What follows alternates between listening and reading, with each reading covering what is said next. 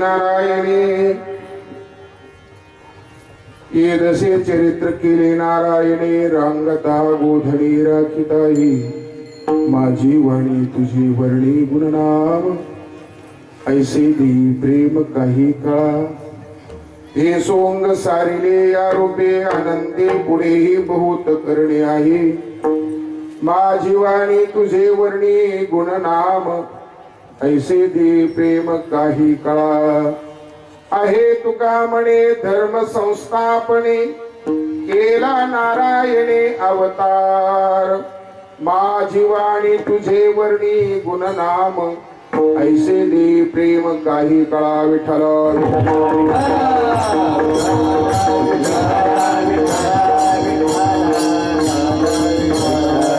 महायोगपीठे भीमरथ्यं वरं पुंडरीकाय दातुं मुनीन्द्रैः समागत्य तिष्ठन्तमानन्दकन्दं परब्रह्मलिङ्गं भजे पांडुरंगं पांडुरंगा करू प्रथम नमन दुसरे चरणा संताची या त्यांच्या कृपादानी कथेचा विस्तार बाबाजी सद्गुरु दास तुका काय माझी वाणी मानेल संताशी रंजव चित्ताशी आपुलिया जयांचे केलिया स्मरण होय सकळ विद्येचे अधिकरण तीची वंदो श्रीचरण श्री गुरूंचे तीन नमस्कार आता गंगा शुद्धं पाद स्पर्श सर्ववेष्टितं चुंबितं पुण्यस्थान सरारे स्थितं तं समाधिस्थमूर्तिं नमामि गंगागिरि योगिराजं तपोज्ञान वैराग्य भक्ति स्वरूपं सदालंकृतं साधु संन्यास योगं मुखे यस्य वेदांत शास्त्रार्थ नीतिं नमो नारायण गिरि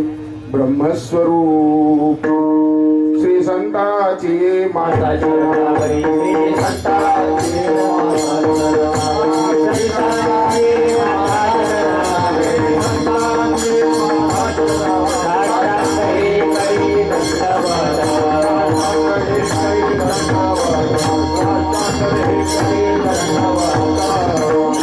संताची संताची माथा चरणावरी साष्टांग करी दंडवत विश्रांती पावलो संभाळा उत्तरी वाढले अंतरी प्रेम सुख कर जोडतो कथे काळी आपण असावे जवळी येदसे चरित्र केले नारायणी रांगता गोधनी राखिता हे माझी वाणी तुझी वर्णी गुणनाम ऐसे दे प्रेम काही कळा प्रस्तुत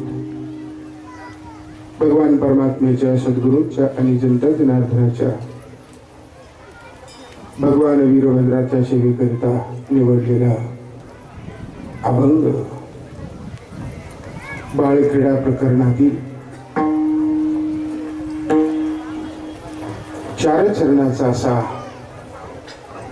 भगवान परमात्म्याच्या अवतार कार्यापैकी 2 अवस्थेचं वर्णन करणार आहे विठाल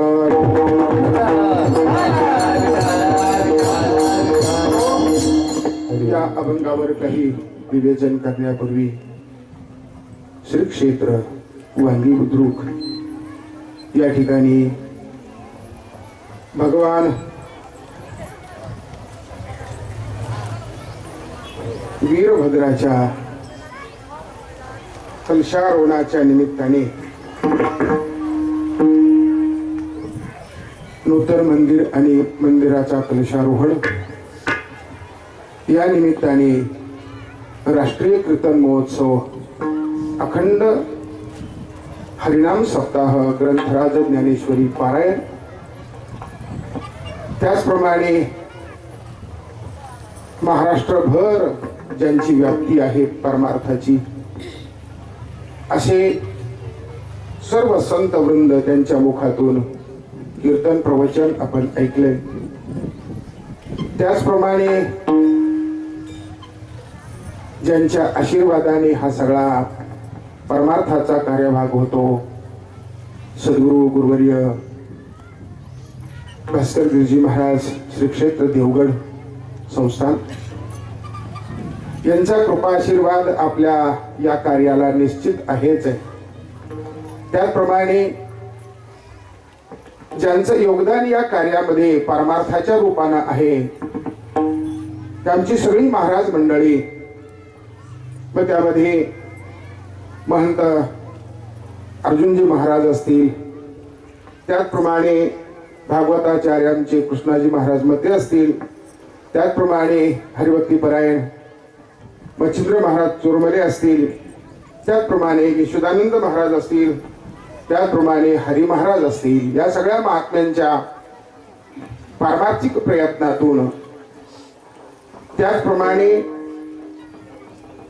जे या 7 दिवस कीर्तनाच्या रूपाने, मग पखवाजाची साथ असेल, गायनाची साथ असेल, टाळाची साथ असेल, हार्मोनियमची साथ असेल, विण्याची साथ असेल, या सर्वांच्या माध्यमातून पारमार्थिक कर्मामध्ये ज्यांचं मोठं योगदान राहिलं, ही सगळी टाळकरी मंडळी, गायनाचार्य मंडळी, विशेष करून हरिभक्तीपरायण गायनाचार्य लक्ष्मण महाराज नांगरे, त्याचप्रमाणे सचिन महाराज पवार, त्याचप्रमाणे परिसरातील कुणी मंडळी, मृदंगाचार्य कृष्णाजी महाराज नवगिरी, त्याचप्रमाणे हार्मोनियम वादक आसाराम बाबा मिसाळ, त्याचप्रमाणे पोपट महाराज राऊत, त्याचप्रमाणे ज्यांची प्रमुख उपस्थिती राहिली किसन महाराज पवार, संतोष महाराज चौधरी, बाळकृष्ण महाराज दिघे, त्याचप्रमाणे दादा महाराज वायसाळ, संदीप महाराज, राजाराम महाराज पुवर आदी या ठिकाणी सगळ्यांची उपस्थिती लाभलेली आहे.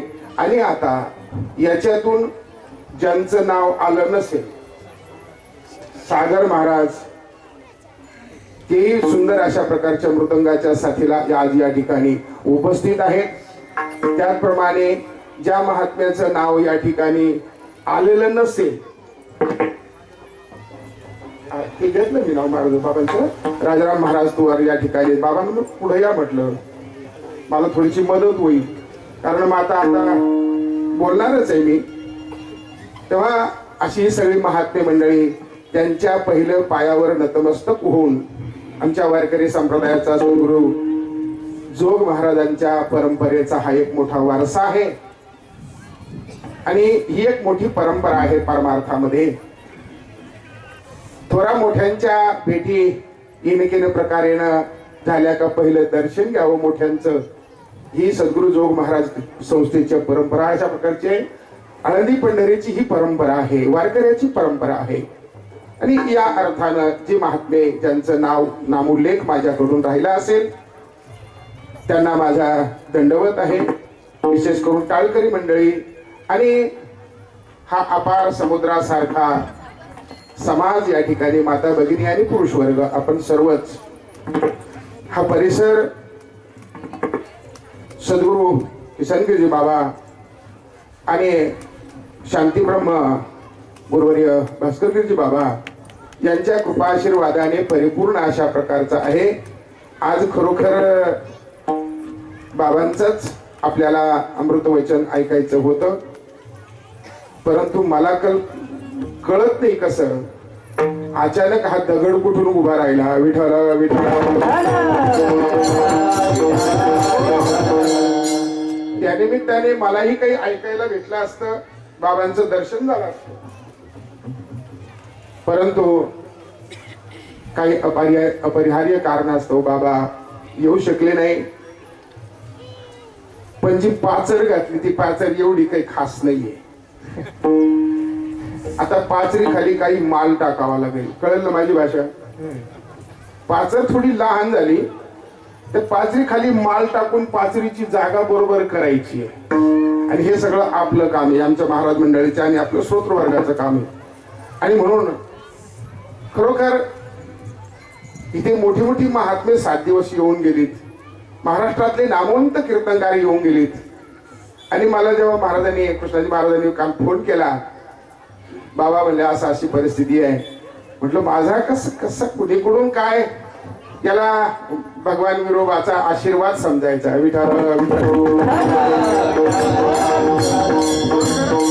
आपण सर्वांनी बाबांचं ऐकायचं, आपल्याला ते ऐकायचंय, आपल्याला ते तुमच्या आमच्या अंतःकरणामध्ये ते विचार हवे आहेत. परंतु आता ही वेळ माझ्यावर आलेली आहे की मला कशा तरी प्रकाराने साजरी करणं गरजेचे आहे. त्याच्याकरता त्यांचाच आशीर्वाद पुन्हा आपण आज येथून घेऊया. अंतःकरणातून, टाळ्या वाजवून नाही, अंतःकरणातून आपण प्रत्येकाने सद्गुरू किसनगिरी बाबा आणि शांतीब्रह्म गुरुवर्य भास्करजी बाबाचं चिंतन मनामध्ये डोळे दाखवून 1 मिनिट करायचंय आणि मग आपल्या कीर्तनाला सुरुवात करायची. विठ्ठल विठ्ठल. आज प्रत्येकाने हात जोडायचे. आपल्या मनामध्ये बाबांचं स्वरूप, बाबांचं ध्यान, बाबांचं जे काही आपल्याला ध्यानात आणता येईल त्या स्वरूपामध्ये बाबांचं चिंतन करायचंय 1 मिनिटभर आणि आपण पुढच्या कार्यक्रमाला सुरुवात करणार आहोत.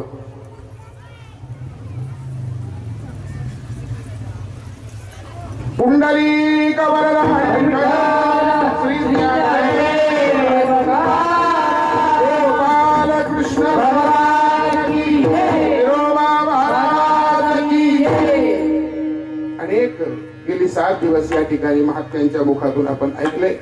खरोखर आज बाबा काय सांगावं काही नाही. आता इथं माझे 10 नाही 15 गेले, खाली उगं काहीतरी राहिले, त्याच्यावर आपल्याला थोडस काहीतरी करायचं अशा अर्थाने. कारण सकाळी निघताना आज छत्रपती शिवाजी महाराजांची जयंती आहे तारखेनुसार. आता त्याच्यातही वाद येतो, मला तिकडे जायचं नाही. जयंती आहे आणि म्हणून ती जयंती साजरी केली, त्यामुळे थोडा वेळ लागला. पण मला वाटते आपल्या सर्वांना मी विनंती करीन का आमच्या ड्रायव्हर करता एकदा टाळ्या वाजवा. आमचे उत्तम महाराज इथे उभे आहेत लाल शर्टावाले, ते थोडे थोडे माझ्यासारखेच व्हायला लागले. खूप स्पीड मध्ये गाडी आली. आम्ही 15 ते 18 मिनिटांमध्ये पुंतंब्यावरून चालू बाबा. आणि म्हणून परंतु तुमच्या सर्वांचा आशीर्वाद आणि दर्शनाचं योग होता माझ्या जीवनामध्ये, म्हणून अगदी कुठे काहीही न होता सुखरूप या ठिकाणी आलो. एक महत्वाची गोष्ट. आणि दुसरी महत्वाची गोष्ट, सध्या कोरोनाचा काळ वाढलेला आहे. माझी विनंती राहील, की आपल्या पायाला हात लावून सांगेन का आपल्याला प्रत्येकाला वाचायचंय. बरं का, प्रत्येकाला वाचायचंय. याच्यामध्ये आपल्याला जायचं.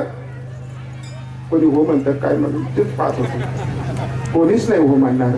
आपल्याला प्रत्येकाला वाचायचंय. म्हणून माझी विनंती राहील का सावधगिरी बाळगा. त्याच्याकडे जो कपडा असेल तो तोंडावर टाका. तोंडावर म्हणजे नाका तोंडावर, आणि तो असू द्याच, नकोय. त्यामुळे मोठे मोठे कार्यक्रम बंद झाले. मुक्ताई ज्ञानपीठाचा वर्धापनाचा जो कार्यक्रम असतो, ही सगळी महात्मे, यातली बरीचशी महात्मे तिथे येऊन गेलेली आहेत. तो कार्यक्रम रद्द करावा लागला. कमीत कमी 10,000 पर्यंत कीर्तनाच्या संध्याकाळचा श्रोतृवर्ग असतो. तो कार्यक्रम बंद करावा लागला. का? हा रोग पसरतोय. सरकारचं हेच धोरण आहे. सरकार आपल्या परमार्थाच्या वाईटावर नाहीये. कोणतेही सरकार असू दे, परमार्थाच्या वाईटावर, परमार्थाच्या विक्षेप करण्याचा हेतू त्यांचा नसतो. परंतु परिस्थिती तशी ओढवली म्हणजे आपल्याला सावधगिरी बाळगावी लागते. म्हणून माझी विनंती राहील आग्रहाची आपल्याला, की याच्यातून वाचा, सावधगिरी बाळगा. सॅनिटायझर वगैरे असेल तर त्याचाही वापर करा. आणि काही नसेल तर कमीत कमी तोंडावर कपडा तरी. मुख्य जागा 2च आहे त्याच्यात जायच्या. ते प्रवेशाची द्वार बंद केले का मला वाटतं तो आपल्याला त्रास देणार नाही, अशी माझी हात जोडून विनंती. माझ्या गळ्यात आहे, पण आता तुम्ही फार माझ्यापेक्षा लांब आहात आणि म्हणून मला 2 तास भीती नाही. तेव्हा त्या कोरोनाबद्दल खूप मोठी वाईट परिस्थिती निर्माण झालेली आहे. कोणी आलं, कोणी केलं, कसं आलं, काय झालं याचा विचार आपल्याला करायचा नाही, पण आपल्याला वाचायचं एवढंच ध्यानात धरा. आणि त्याच्याकरता आपण मात्र सर्वांनी सावधगिरी बाळगा. तोंडावर कपडा, हातरुमाल वगैरे असतील तर हातरुमाल बांधा, हलके बांधा. लय श्वास कोंडल असे बांधू नका. तर सुद्धा आणखी थोडं काही होत आहे. तात्पर्य असं आहे का अशा स्वरूपामध्ये आपला हा काळ आहे. आणि बाबांचा आशीर्वाद, महाराजांच्या, सगळ्या महाराजांचं प्रेम या ठिकाणी आता मी मनामध्ये गृहीत धरतो. आणि थोरा मोठ्यांचे, आमचे मोठे ज्येष्ठ गुरुबंधू आहेत, आमच्या वारकरी शिक्षण संस्थेचे ज्येष्ठ गुरुबंधू म्हणजे वडिला समान असतात आणि ते वयानं तसे वडिलांच्या बरोबरचे. अशा अर्थाने ते या ठिकाणी अधिष्ठान आहे. चुकलं उकलं तर मला सगळे सांगतील. मी लहानच महाराज, मी सांगितलं मी पाचर आहे. पाचर इकडे बसू शकते, इकडे बसू शकते. तिला व्यवस्थित करूनच आपल्याला कसे तरी 4-5 घंटे कीर्तनाचे पूर्ण करायचे. विठाला जास्त न बोलता माझ्या विषयाकडे वळतो. पुन्हा एकदा कुणाचा नाम उल्लेख राहिला असेल तर मी माफी मागतो, त्यांना दंडवत करतो आणि माझ्या विषयाकडे वळतो. विठाला माध्यमातून अनेक वेळेला या परिसरामध्ये येणं झालं. बाबांच्याही दर्शनाचा योग त्या निमित्ताने आला.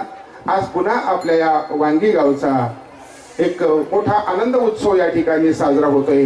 भगवान वीरभद्र जागृत देवस्थान हा शंकराचाच अवतार आहे आणि म्हणून भगवान शंकराचंच हे स्थान अशा प्रकारचं आहे आणि म्हणून भगवान भोलेनाथाची कृपा आपल्या सर्वांवर व्हावी.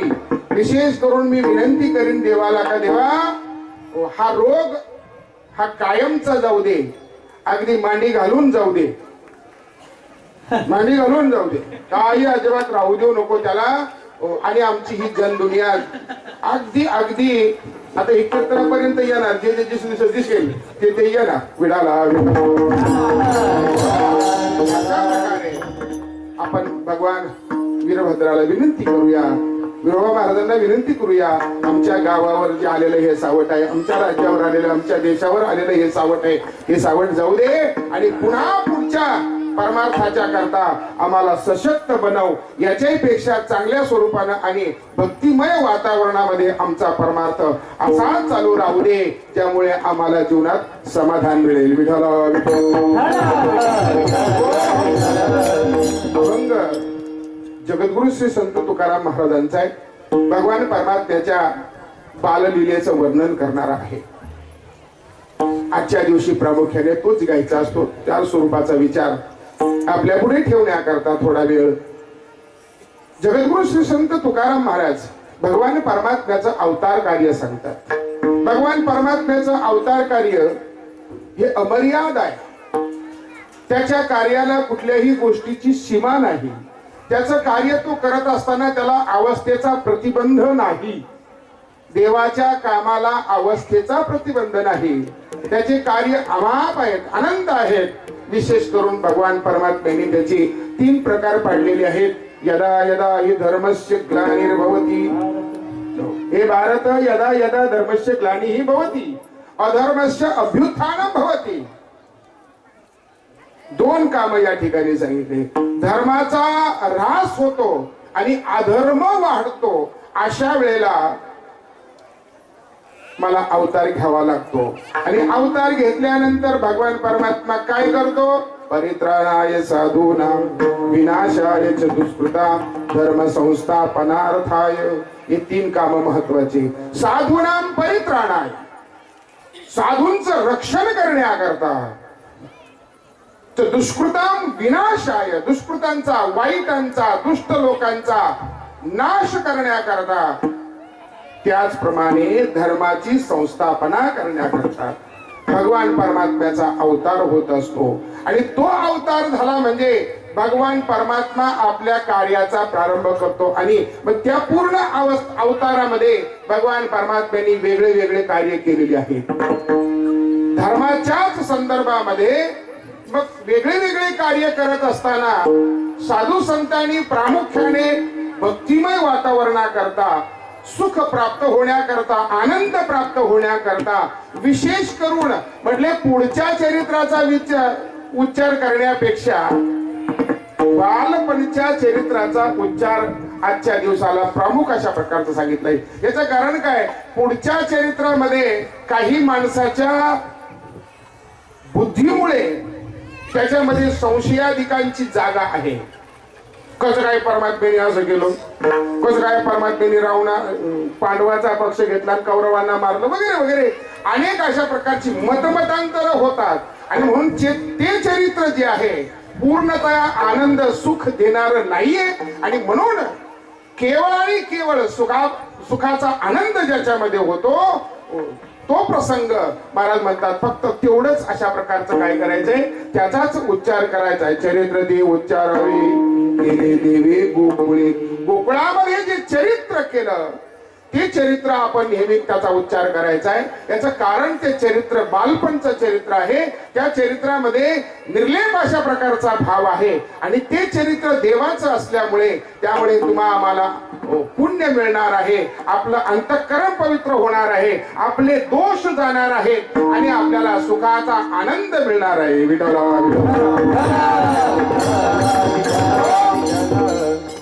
महाराज म्हणतात देवाचा अवतार होय दासा सुख दैत्य भय. देवाचा अवतार म्हणजे विशेष करून अशा प्रकारचा असतो का त्याच्यामध्ये हे कार्य त्याचं प्रमुख असतं. आपले भक्त ते राहिले पाहिजे, सांभाळ झाला पाहिजे भक्तांचा. भक्त जर असतील शांततेत नाही, शांततेत नाही, कलश वर नवराले शांततेत नाही. देवाचं कार्यच ही अशा प्रकारचं आहे.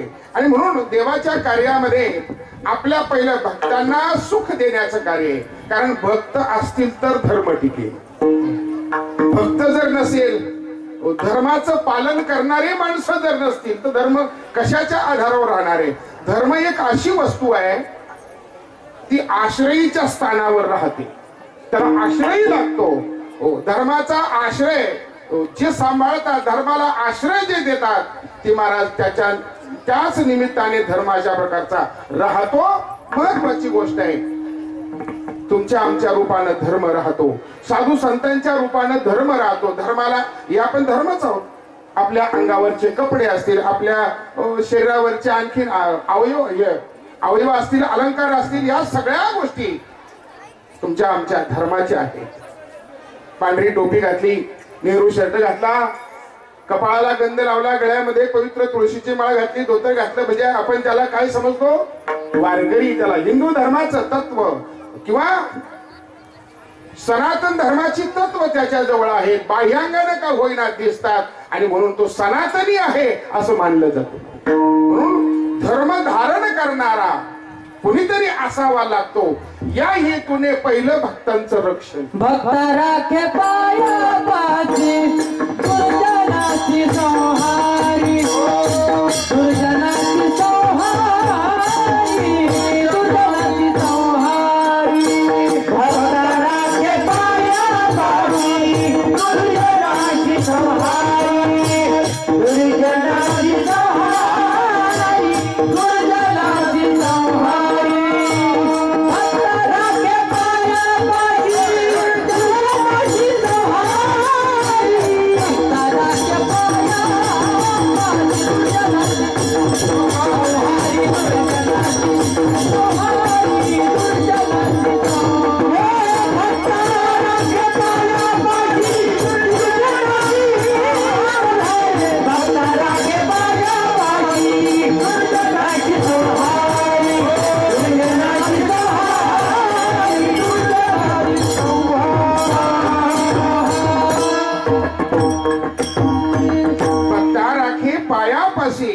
दुर्जनाशी संहारी, दुर्जनाचा नाश करणं. कारण जी वस्तू घातक आहे ती वस्तू सर्वथा नसावी, कोणत्याच काळात नसावी.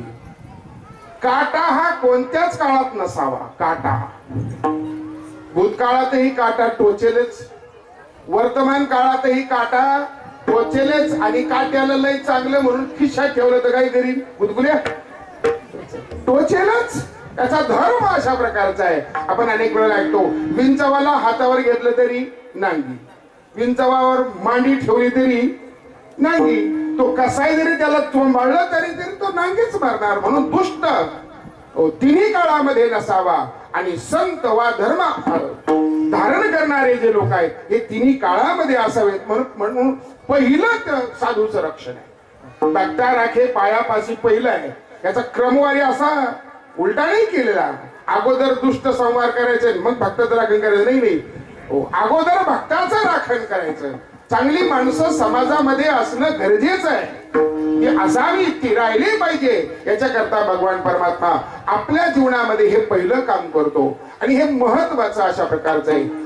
दुर्जनाशी संहारी, दुर्जनाचा नाश करतो. दुष्ट जे माणसं आहेत ही कायम नसावेत, कधी नसू नये, नसूच नाही ते माणसं. ते माणसं वाईट माणूस आहे, गावात असला तरी बेकार, तालुक्यात असला तरी बेकार, वाईटच माणूस. तू काय करणार आहे? तुकाराम महाराज म्हणतात त्याचा संग जो करेल तोही तसाच होतो. गायाळाचा करिता संग अंगे अंग माखावे. तो नालीमध्ये पडलेला आहे, त्याचं सगळं अंग नालीमध्ये त्या सगळ्या पदार्थांनी माखलेलं आहे, भरलेलं आहे. त्याला जो उचली त्याच्या अंगाला काय हळद लागेल? काय लागेल? हळद नाही लागणार त्याच्या अंगाला. त्याला जे माखले तेच लागेल महाराज. म्हणून गायाचा करिता संघ अंगे अंग माखवे, म्हणून गावात नकोय, तालुक्यात नकोय, जिल्ह्यात नकोय, देशात नकोय, कुठेच नकोय. ज्ञानोपाऱ्याची ओवी याच्याकरता पसायदानाची आहे. जी खळांची व्यंकटी संडू कार्य करण्यामध्ये, वाईट कार्य करण्यामध्ये जी त्याची बुद्धी प्रमुख मानली गेलेली आहे, इथे शरीराचा विचार न करता प्रमुख बुद्धीचा विचार केलेला आहे बरं का. कार्याला कारणीभूत असणारी बुद्धी आहे, नक्की शरीर काहीच करत नाही. शरीर हे आज्ञाधारक आहे, कर्मेंद्रिय ज्ञानेंद्रिय हे आज्ञाधारक आहे, पण त्याला प्रोत्साहन करणारी बुद्धी असल्यामुळे अगोदर बुद्धी स्थिर केली पाहिजे. व्यंकटी वाकडेपणा त्याचा संपला पाहिजे. त्याचा वाकडेपणा संपला का तो गटारात पडणारच नाही, संपला विषय. गटारात पडणार नाही म्हणजे त्याचं अंग मागणार नाही, आणि अंग मागणार नाही म्हणून दुसऱ्याला त्याचा स्पर्श होणार नाही. त्याला त्याचे जे अंगाला लागलेले पदार्थ तेही लागणार नाहीत, आणि म्हणून तो माणूस कुठेही नसावा, कधीही नसावा. अर्थाने भगवान परमात्म्याचं. आणि तिसरं महत्वाचं काम धर्म संस्थापनार्थ आहे. धर्म जागला तर तुम्ही आम्ही जगू. ज्या त्या धर्माचं जे ते आश्रयस्थान असतं. धर्म हा तुमच्या आमच्यावर अवलंबून आहे, आणि म्हणून जर आपण धर्माला सांभाळलं तरच धर्म जगतो. तसा धर्म काही अशा प्रकारचा पदार्थ नाहीये. धर्म हा साकार पदार्थ नाहीये, धर्म हा निराकार पदार्थ आहे, आणि म्हणून तो आपण धारण करायचा आहे. धारणात धर्म विद्याहू धर्मो धारा येते प्रजा.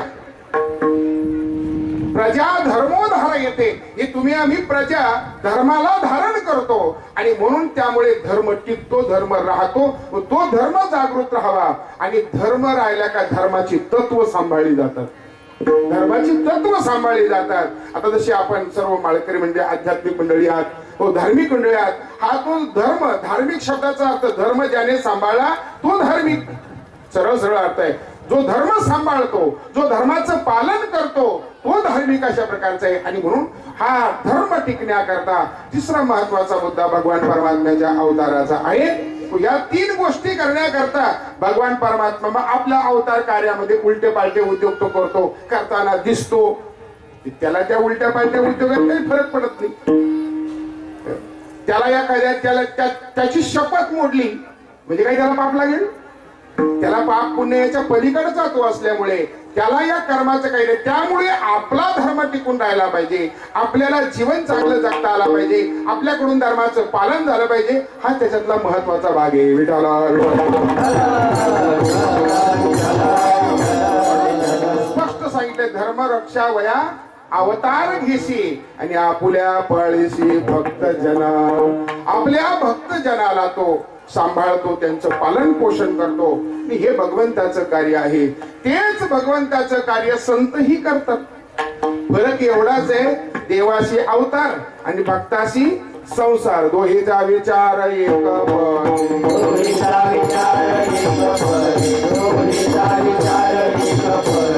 देवाशी अवतार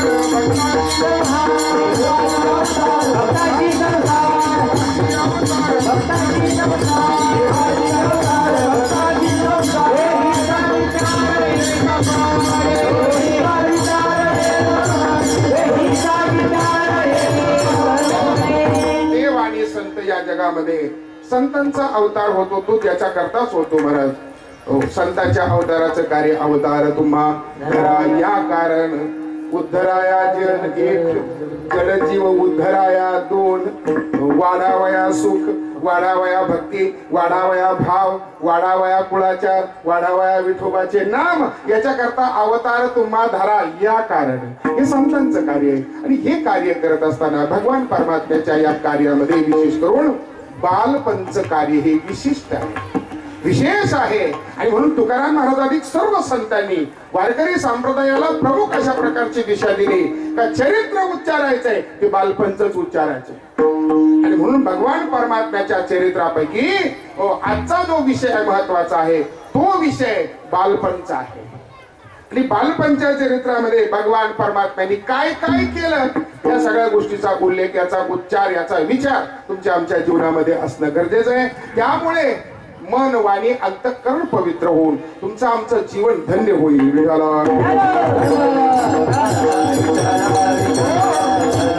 असं चरित्र भगवान परमात्म्यांनी केलेलं आहे. भगवान परमात्म्याचं चरित्र अशा प्रकारचं चरित्र आहे का ज्या चरित्रामध्ये भगवान परमात्म्याला अवस्थेची गरज नाही. अवस्थेची गरज नाही. कोणत्या अवस्थेत काय करावं, काय केलं पाहिजे, ह्या गोष्टी भगवान परमात्म्याला बांधू शकत नाहीत, बांधित नाहीत, मर्यादा देऊ शकत नाहीत. उदाहरणार्थ व्यवहारामध्ये आपण पाहतो, आता ही पोर आहे समोर बसलेली, चैत्र वैशाखाचे दिवस आता सुरूच आहेत ते दिवस. एक पोरग घोड्यावर बसलं, त्याच्या डोक्याला काहीतरी बांधलेलं होतं, त्याला दोन्ही बाजूनी काहीतरी लोंबत होतं, त्याच्या कपाळाला भलं काहीतरी असं. आता तुम्हाला माहिती बसल्या बसल्या तेवढं तुम्ही आणू शकता ध्यानामध्ये. नवे कपडे घातलेले होते, पुढं 2-4 काय म्हणू माकडं नाचत होते, पाठीमागं काही जात होते, पुढे काही जात होते, मध्ये एक गोडीवर बसलं होतं, मारुतीरायाच्या पाया पडायला गेलं. तिथं असे 10-15 पोरं खेळत होते. हे बारीक बारीक, याच्यापेक्षा बारीक होती, हे जरा बरे, याच्यापेक्षा बारीक बारीक पोरं होती. त्यातल्या एका पोरानं ते पाहिलं. काय पाहिलं? हे घोड्यावर बसलेलं पोरग ते पाहिलं. पाहिल्यानंतर ते पळत गेलं पप्पाकडं.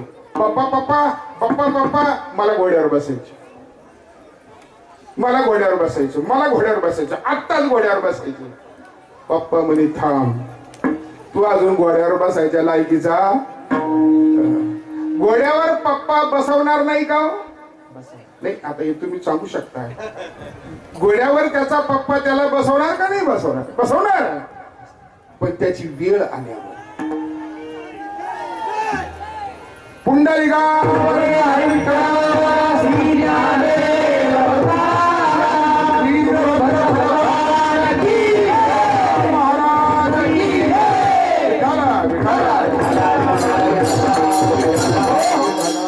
कलशारोहणाचं काम झालेलं आहे म्हणून आपण कुठेतरी केलंय. मी आपल्याला हे सांगत होतो, त्याचा बाप त्याला घोड्यावर बसवणार नाही का? अहो जे बसत नाही त्यांच्या नावाने किती लोक बोंबलतात हे आम्हाला चांगलं माहिती, तुम्हाला नाही माहिती. जे बसत नाही त्याला लोक काय काय म्हणतात. आता एक महाराजांचा अभंगच आहे स्पष्ट, तो टाकीता आळशीन पोट पोशा. पुष्कळ झालं तुला वाटतं. काय म्हणतील ऐसा हा लौकिक कदा, पूर्ण अभंगाच्या बाबत. तर तात्पर्य मला एवढंच सांगायचंय, अशा प्रकारे त्याला त्याचा अधिकार आल्याशिवाय, बरं जाऊ द्या त्याला जाऊ द्या, ते पोराचा द्या विषय सोडून. पण ज्या मंदिरात ते माणूस ते पोरग पाया पडायला आलं, पाया पडून चाललं, शेजारी एक लिंबाचं झाड होतं बाबा, आणि त्या लिंबाच्या झाडावर 4-5 जण त्यांचं चालू होतं. 2 ताळी चष्मे होते, 2 ताळी. बाबांचं एकच ताळीच आहे, 2 ताळी, खाली एक वर एक.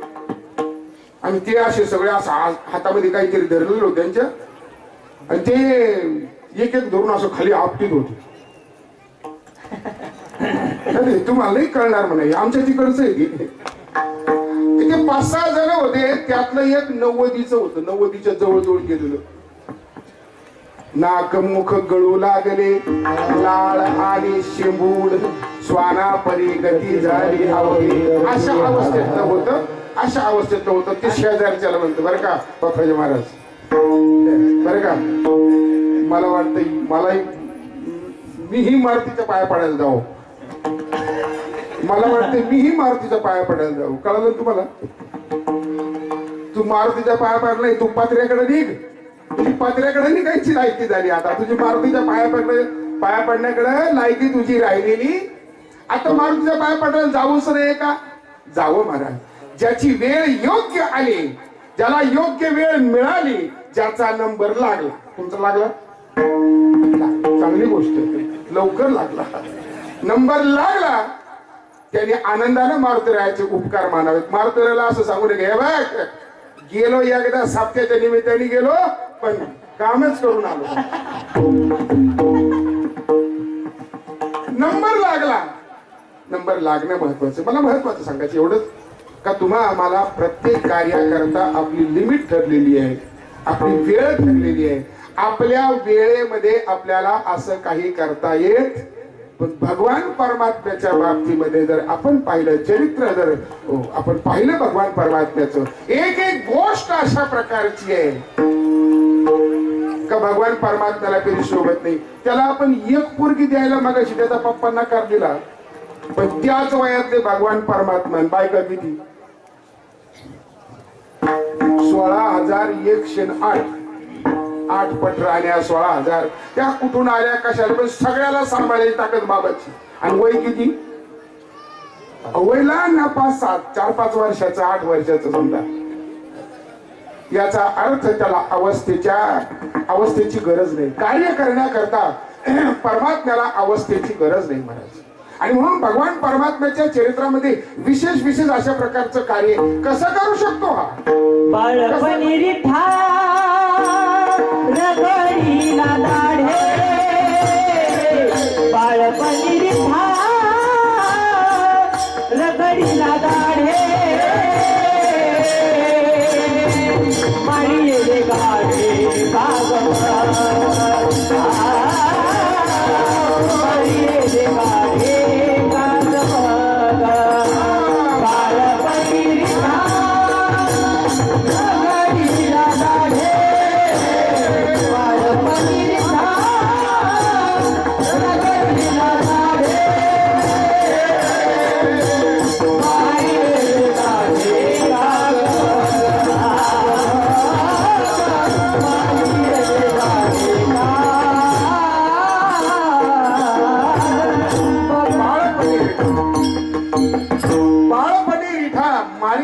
गाढे आणि रगडीले दाढे काग बघ. ही सामान्य माणसं नव्हती महाराज, फार मोठे ताकदवार अशा प्रकारचे. मला सुरुवात करायची बालपणच्या जीवन चरित्राकडे वळायचंय. बालपणच्या जीवन चरित्रामध्ये पहिला प्रसंग येतो तो पुतनेचा. आपण ऐकतो, नेहमी ऐकतो. चरित्र सांगण्यापेक्षा चरित्रातल्या प्रमुख महत्वाच्या गोष्टी सांगाव्याशा वाटतात. आपण सगळी सुज्ञ ऐकणारी माणसं आहात. गेले 7 दिवस आपण एवढ्या मोठ्या महात्म्यांचं ऐकलंय आणि म्हणून आपण सुज्ञ आहात. पुतना ही सामान्य नव्हती, तिचं शरीरही सामान्य नव्हतं, राक्षसी अवतार होता, अमर्याद अशा प्रकारची ताकद तिच्यामध्ये होती. पण भगवंताने ज्यावेळेला तिला मारलं त्यावेळेला भगवंत फक्त 4 दिवसाची होती. हा विचार करा, 4 दिवसाचा परमात्मा ज्या वेळेला कंसाने अशा प्रकारचा वेढा ठेवला, कोण जो कोणी त्या गोकुळामध्ये जन्मलेल्या बाळाला मारून येईल त्याला अशा प्रकारचं बक्षीस दिलं जाईल. म्हणजे लेकराला मारायचंय, आता काल परवा जन्मलेले 4 दिवसापूर्वी जन्मलेले त्याला मारण्याकरता मोठं काय काम आहे. कोणीही एखादं उचलेल. मग पुतना पुढे आली आणि पुतना पुढे आल्यानंतर पुतनेनं सांगितलं पहिलं काम माझं, मी करून येते ते काम. निघाल्यानंतर गंमत अशी आहे, प्रयोगावारी गोरगरिबाची बालक मारले तिनं. दीनदुर्गाची मारित लेकरी करिता ती शोक नामा म्हणे. शोक करतात बाकीचे लोक, त्यांची मुलं मारली, लहान मुलं मारीत चालली. तिला एकही मुलगा अशा प्रकारचं ठेवायचं नव्हतं. याचं कारण आहे का याच्यामध्येच कोणीतरी हा कंसाचा शत्रू कृष्ण आहे आणि त्याला मारलं पाहिजे. आणि मग नंतर कळालं का नंद बाबाला हे मुलगा झाला. स्वारी तिकडे निघाली. तिकडे निघाल्यानंतर गंमत अशी आहे, जी माणसं स्वरूपानं खूप नटलेली असतात, खूप नटतात, समजावं आतमध्ये काहीतरी काळ आहे बरं का. तशी पुतना ही स्वरूपानं राक्षसी नव्हती, तिला नटण्यासारखं काही नव्हतं. पण नामदेव महाराज स्पष्ट सांगतात, नामदेव महाराज म्हणतात का नामा म्हणे आली नंदाची घरा, स्वरूप सुंदरा देवांगणा. स्वरूप सुंदर, का सुंदर धारण केलं काही कारण नाही, त्याचं कारणाचा विचार आपल्याला नाही करायचा. स्वरूप सुंदर अशा प्रकारचं स्वरूप धारण केलं. नंद बाबाच्या वाड्यावर आली, दारात आली आणि मोठ्याने आरोळी दिली, यशोदे. यशोदेने म्हटलं कोण आलंय. यशोदा बाई बाहेर आल्या. पाहिलं कोण का तू. अगं म्हटले तू मला ओळखत नाहीस, मी तुझी बहीण आहे. तू होतीच बहीण, मी तुझी बहीण आहे. मग आजपर्यंत तुझी माझी भेट कुठंच कधी कशी झाली नाही. पुतना म्हणते अगं घरचे माणसं जरा खट्याळ निघाले. जसं माझं लग्न झालंय तसं जर मी नांदायला गेले तसं आजपर्यंत माहेरला आलेच नाही. पण का असं कळलं का तुला मुलगा झालाय आणि फार दिवसांनी मुलगा झालाय आणि म्हणून तो मुलगा पाहण्याकरता मी आले. कुठे आहे तुझा मुलगा? आता बहीणच म्हणते, काही वेगळं म्हणत नाही. ते सुद्धा माहिला वाटले काही हरकत आहे, आपल्या मुलाला अनेक लोकांचा आशीर्वाद पाहिजे, बहीणच आहे, काही हरकत नाही. म्हटलं मी आत्ताच त्याला स्नान घातलंय आणि पाळण्यामध्ये झोपवले, जा जांभळे देऊन त्याच्या डोक्यावर हात ठेव. काय तुमच्या लक्षात आलं? त्याच्या डोक्यावर हात ठेव, त्याला आशीर्वाद दे, झोपू दे त्याला, उठू नको. आता कीर्तन होईपर्यंत अजिबात कोणी त्याला धक्का लावू नका. आणि बघ पुतना भगवान परमात्म्याच्या पाळण्याजवळ गेली. भगवान परमात्मा मनामध्ये विचार करतात, अरे मी काही झोपायला आलो का? मला झोपायला किती काही आहे ना तिकडं. अरे अशी गादी तर अजून नाही, 90,000ची असो का 1.5 लाख, ती गादी या सर्व गाद्यांपेक्षा वेगळी आहे. कोणती? भगवान परमात्म्याची गादी. जिथे भगवान परमात्मा आराम करतात, शेषशाही शयन त्याला म्हणतात, ती अति सुंदर, अति नरम अशा प्रकारचं आहे, पवित्र अशा प्रकारचं ते असं नाही. मी ती जागा सोडून आलो म्हणजे माझ्या पाठीमागे काहीतरी काम आहे, मी झोपायला आलो काही ते, मी झोपायला आलेलो नाहीये. आणि भगवान परमात्मा थोडेसे उठले, थोडेसे जागे झाले आणि पाहिल्यानंतर अरे अरे हा तर जागाच आहे. जागाचे म्हटल्यानंतर पुढचं कार्य केलं महाराज. पुतना जवळ गेले, त्याला जवळ घेतलं. तिला जे मनामध्ये ठरवलं होतं ते आपल्याला माहिती आहे. आपल्या स्तनामध्ये ती विष भरून आली होती. स्तनामध्ये विष भरून येण्याचं कारण अशा प्रकारचं आहे, तिनं हा जो संकल्प केला होता, हे जे विचार तिच्या मनामध्ये आले होते, त्याच्या पाठीमागे एक मोठी कारण शक्ती अशा प्रकारची. स्तनामध्ये विष घालूनच त्याला मारायचं होतं. भगवान परमात्मा म्हटले, मावशी ये, मी तुला मारणार आहे, तू त्याच्यातच मी तुला मारणार आहे, तू काही काळजी करू नको, ये. आणि या निमित्ताने भगवान परमात्म्याने तिला एका जन्मातली आठवण करून देऊन तिचं दुग्धपान करण्याची जी काही तिने अपेक्षा केली होती तीही पूर्ण केली. विठाला वामन अवतारातला प्रसंग आहे. वामन अवतारामध्ये बळीराजाची कन्या, बरोबर, दोन्ही पण बहीण किंवा कन्या काय असेल ते, जे असेल ती अशी वर होती म्हणतात घरावर, दुसऱ्या मजल्यावर गॅलरीमध्ये. आणि तिने हे स्वरूप पाहिलं भगवंताचं, सुंदर अशा प्रकारचं भगवंताचं स्वरूप. आता ते लहान बालवयातलं पाहिल्यानंतर माता वर्गांना एक वेगळा मातृत्वाचा भाव, वात्सल्य भाव ज्याला म्हणतात, हा जागा झाला, जागृत झाला. आणि तिच्या मनामध्ये असा विचार केला का मला जर याला पाजायची वेळ आली तर किती चांगलं होईल, किती आनंद होईल. म्हणजे मातृत्व भाव जागा झाला, आईचा भाव जागा झाला, आईचा. भगवंताने तिने सांगितलं तुझी इच्छा ही पुढच्या जन्मामध्ये पूर्ण कर. आणि ती पुतना आहे, नंतरच्या पुढच्या जन्मामध्ये तीच पुतना आहे. ती पुतना पाजण्या करता येणार म्हणून तिने हाच प्रयोग केला. विषामध्ये अशा स्तनामध्ये विष भरून आलेली आहे. भगवंताने विचार केला, चला मावशी आता तुझं काम करण्याची वेळ आलेली आहे. तिनेही उचललं, पटकन आपलं काम करून लवकर 12च्या आत निघून जावा या अर्थानं आपला विचार केला. आणि तिने उचलून घेतलं. उचलून घेतल्यानंतर आपल्या स्तनाला लावलं. स्तनाला लावल्यानंतर भगवान परमात्म्याने डोळे झाकले. आणि मोठ्या मोठ्या विद्वानांची कारण आहेत. डोळे का झाकले?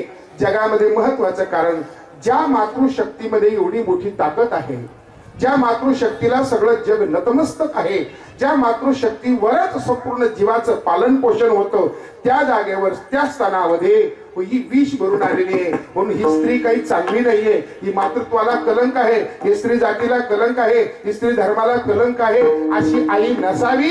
या अर्थानं भगवान परमात्म्याने डोळे झाकले, बाकीचे कारण नाही सांगत. तात्पर्य असं आहे, अशा स्वरूपामध्ये डोळे झाकले. आणि दुसरं एक महत्वाचं कारण सांगतो, हे विष वळायचंय, विष प्यायचंय. आणि हा विषाचा जो माल आहे, हा डिपार्टमेंट त्यांचं नाहीये. याला दूध खायचंय, दही खायचंय, माखन मिश्री खायचंय.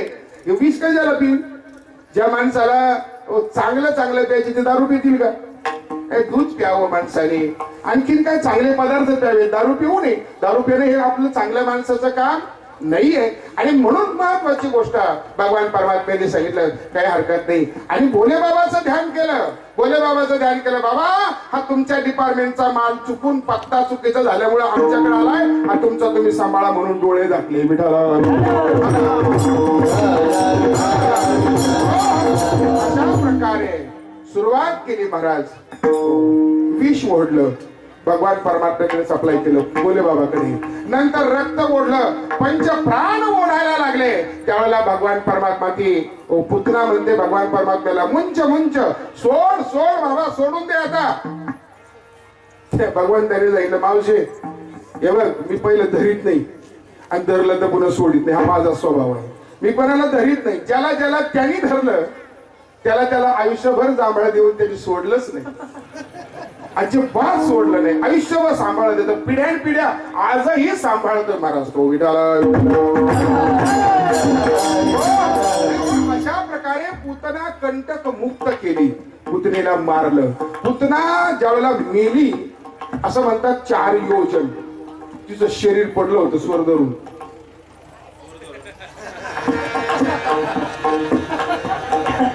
चार योजन पडलं होतं. अलीकडचा उत्तर प्रदेश, गोकुळातलाच तो प्रदेश आहे, गोकुळ तिथंच आहे उत्तर प्रदेशामध्ये. तिचे हात जिथं पडले त्याला हाथरस नाव झालं त्या गावाला. तिच्या आवल्या जिथं पडल्या त्याला अलीगड नाव प्राप्त झालं. तिचं नाक, तिचा कान जिथं टेकला त्याला कानपूर म्हणतात. इतकी मोठी होती. असं सांगतात का नंदबाबांनी कुऱ्हाडी आणायला सांगितल्या. काय अति शेवटी असेल की तसं असेल तसं असेल. कुऱ्हाडी आणल्या, तिचे तुकडे तुकडे केले आणि ज्या झाडांवर पडली होती ना ते झाडं मोडले होते, ते झाडं उचलले, त्याच्यावर परत आणखी रॉकेल वगैरे टाकलं, झाडं पेटवले. ते जे खाली पडले होते ते, मग त्याचं काय करायचं, सरपणच करायचं आणि त्याचे तुकडे तिच्यावर टाकून तिला पेटवून दिलं, माझा अग्नी लाग दिला. पण गंमत अशी आहे, आपण अनेकाला पोहोचून आलो असं, प्रेत जळताना वास चांगला येत नाही बरं का, माफी मागून शकतो. प्रेत जळताना वास चांगला येत नाही, पण पुतना जळत असताना सुगंध सुटला होता. त्याचे एकमेव कारण असं आहे, तिच्या शरीराला भगवान परमात्म्याचं पवित्र असं मुख लागलेलं आहे. तिच्यातून दुर्गंध येईल कशी, तो मुळातच पवित्र झाला. पुतना कंटक मुक्त केली महाराज. हे आता मला सांगा, एवढं 4 दिवसाचं पोरगण एवढ्या मोठ्या राक्षस मारतं आहे का नाही? अवतार कार्यामध्ये कुठल्याही प्रकारचा विचारच अशा प्रकारचा नाहीये. अवस्थेचा कुठला विचार भगवान परमात्म्याने केलेला आहे. एक एक एक एक पुतना मेल्याने कळाल्या बरोबर मग तृणावर्त आला, शक्तासूर आला, पुष्कळसे अशा प्रकारचे आले. खऱ्या आनंदापेक्षा, यांना मारण्याचा जो आनंद आहे त्याच्यापेक्षा गोकुळामध्ये जो आनंद निर्माण झाला तो आनंद विशेष महत्वाचा आहे. तो आनंद तुमच्या आमच्या करता पुण्य प्रदान करणार आहे. विठाला आनंद त्या ठिकाणी झालाय आणि त्या आनंदाचे उत्सव मग त्या ठिकाणी सुरू झाले. पुढे या तोरणी करेती कथा गाती गाणे, आनंदच आनंद, आनंद चहूकडे आनंद. बस काही कविता आहे ना ती, आनंदी आनंदकडे इकडे तिकडे चोहीकडे, वांगीमध्ये आनंदी आनंदकडे इकडे तिकडे चोहीकडे. इकडे जे आले ते, तिकडे जे राहिले ते, त्यांनाही आनंद आहे. आनंदुरे आजी आनंदुरे आनंदुरे आजी आनंदुरे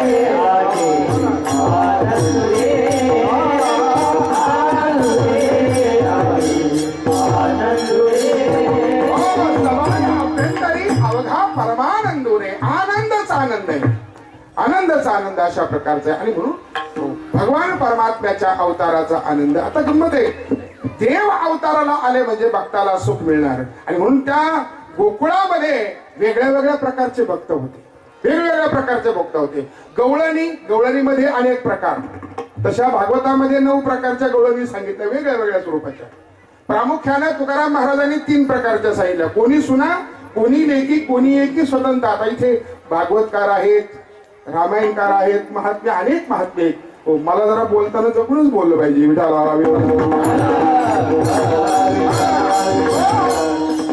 गवळणी अनेक प्रकारचे आहे. मी सांगू का, प्रकृती तितक्या भेदानं गवळणी मांडल्या तरी चालेल. कारण परमात्म्याकडे पाहताना कोण कोणत्या स्वरूपाने पाहत होतं, त्याला आपल्या स्वरूपाने परमात्मा हवा होता. आणि नियम असा आहे का, तुका म्हणे आम्ही जी जी इच्छा धरू तिथे कल्पतरू पुरविता, हा त्याचा नियम असल्यामुळे ज्या गवळणीची जशा प्रकारची अपेक्षा तसा परमात्मा त्यांना तो दिसायचा, त्यांना भासायचा, त्यांना अवगत व्हायचा. विठाला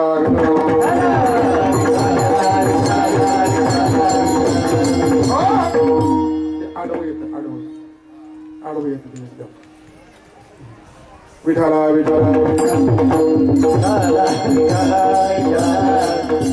त्यांना वाजू द्यायचं म्हणजे बरोबर चालू असं आडवं आल्यासारखं काय.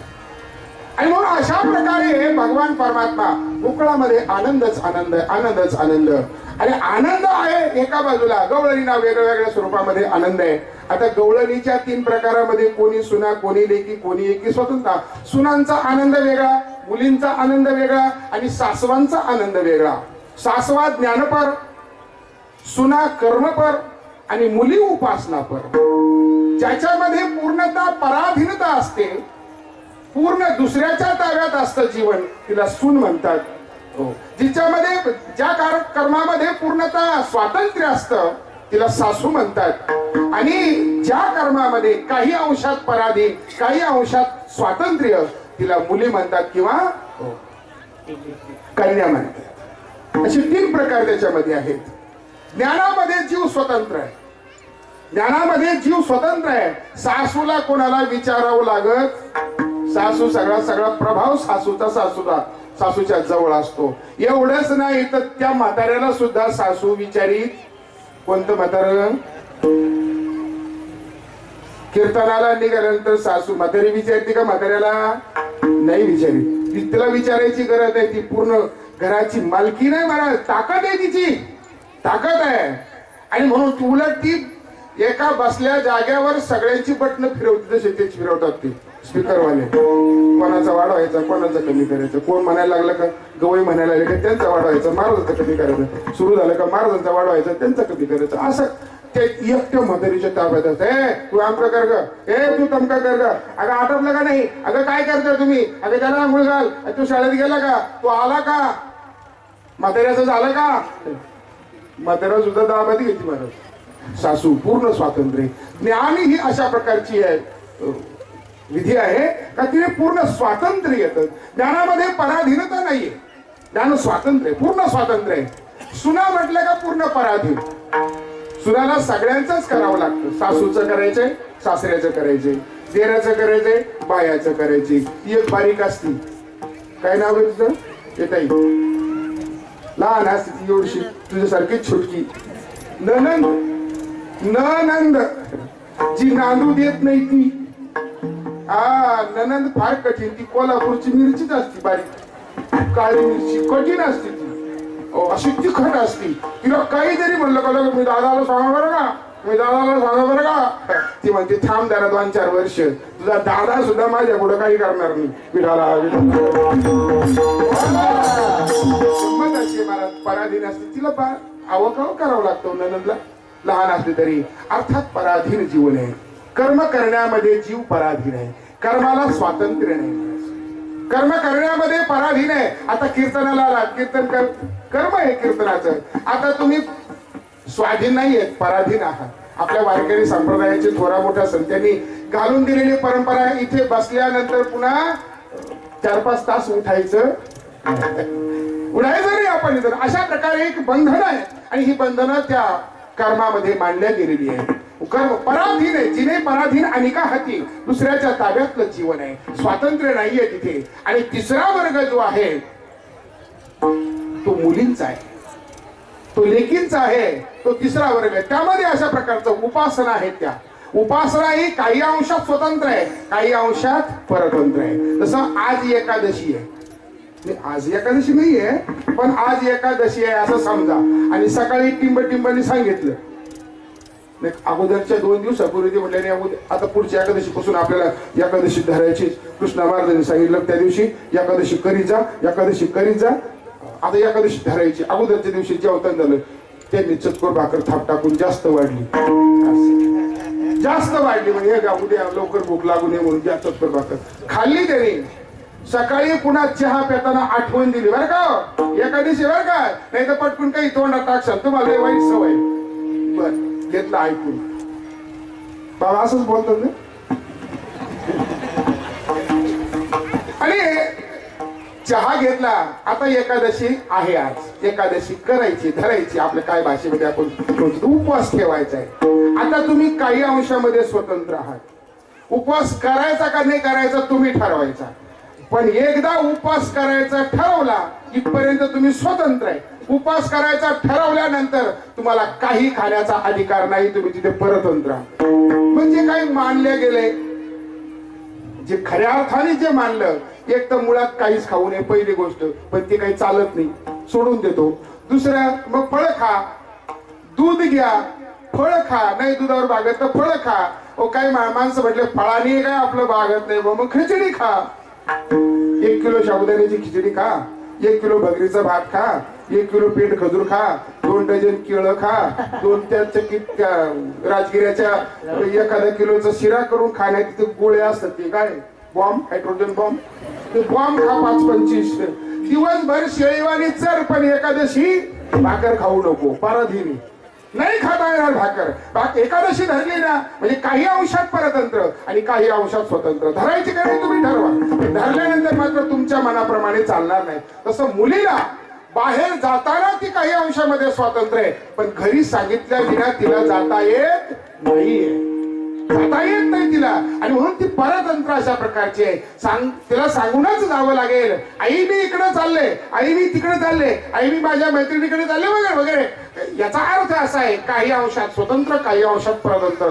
पण ह्या सगळ्याच्या सगळ्या भगवान परमात्म्याच्या उपासक होत्या. महत्वाची गोष्ट, भगवान परमात्म्याच्या भक्त होत्या. आणि भक्त असल्यामुळे भगवान परमात्म्याने प्रत्येकीला प्रत्येकाचा आनंद द्यायचा. सासू असेल, ज्ञानवान असेल, तिचा अहंकार कधी अनेक उदाहरणांनी घालवला. आता उदाहरण पुष्कळ आहे. सुना असतील तर सुनांना वेगळ्या वेगळ्या प्रकाराने भेट द्यायची. कशा प्रकारचं तिने अपेक्षा केली का त्या रूपाने एखाद्याची एक उदाहरण सांगू. विठाला विठाला सुनांच्या रूपानं जर आपण पाहिलं, सुनांना असं वाटायचं का आमचं भाग्य कुठे एवढं आहे, आम्हाला दुसऱ्याचं ऐकावं लागतं. म्हणजे अर्थात घरच्या माणसाचं आम्हाला ऐकावं लागतं. आम्हाला बाहेर जाता येत नाही, स्वइच्छेने जाता येत नाही, कुणाला परमात्म्याला भेटता येत नाही. काय करावं काय करावं काय करावं. त्यातल्या एका गवळीनं काय केलं मला सांगतात. काय केलं. आता जेवढं त्यांच्या हातात आहे तेवढंच त्या करू शकतात. घरामध्ये त्या काळामध्ये नळ नव्हते. यमुनेवरून पाणी आणायचं डोक्यावर आणि तेच घरामध्ये वापरायचं. बाथरूम मध्ये गेली, आता होतं नव्हतं मला का विचारू, बाथरूम मध्ये गेली जे प्यायचं पाणी होतं ते सासू तिकडं बोलत होती, सांडून दिलं सगळं पाणी. ऐका, सांडून दिलं सगळं पाणी. आणि वरून सासूला म्हणते आत्या पाणी प्यायचं संपलेलं आहे. ऐका बरं का, भाव पहा. कर्म पाहण्यापेक्षा भाव पहा. त्यातून मिळणारा जो आनंद आहे तो पहा.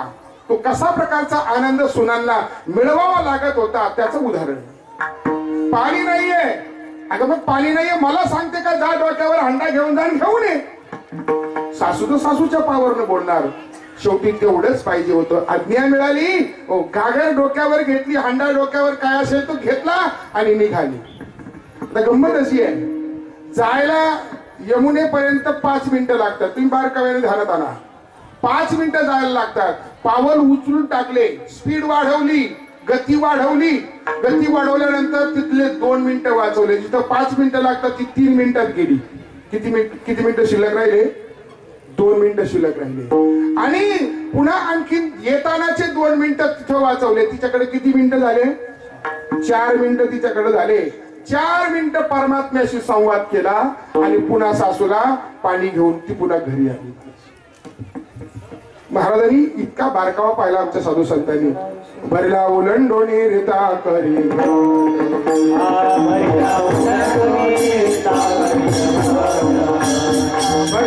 ओलंडोणी रिता करी,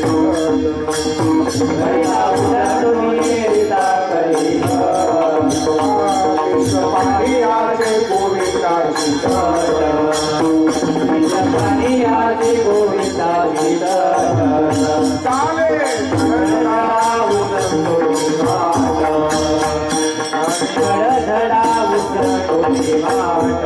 हे पाहे पाला कोणी उभा कोणी विटावो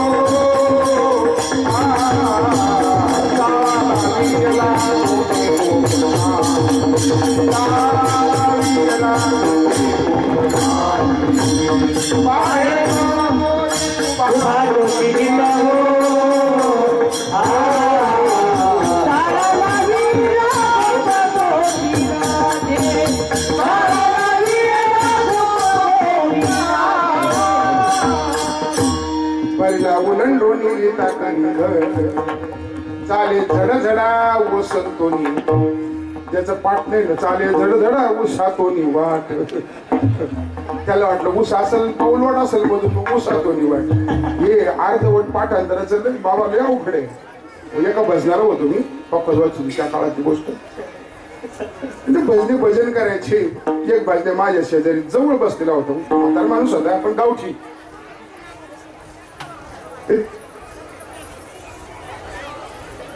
त्याला अभंग म्हणायचा होता तुकाराम महाराजाचा झाली पापा तापा तुटी पुढे काय दैन्य गेले उठा उठी आता त्याला ऐकलं थोडं कमी मागच होतं दैन्य गेले उठा उठी तो म्हणायचा सैन्य गेले उठा उठी